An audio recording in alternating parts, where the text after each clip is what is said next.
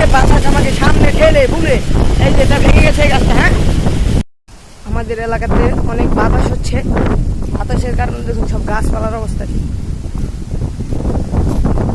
খালি বাতাস আর বাতাস।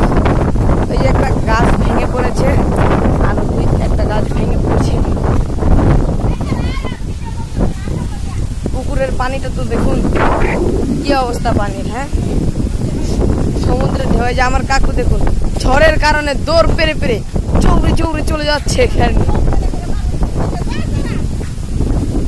দেখুন পুকুরের কি অবস্থা, পানি দেখেছেন কি অবস্থা পানির, একটু জুম করে দেখাবো।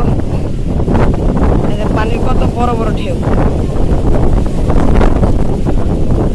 খালি পানি আর পানি। এই যে বাতাসের অবস্থা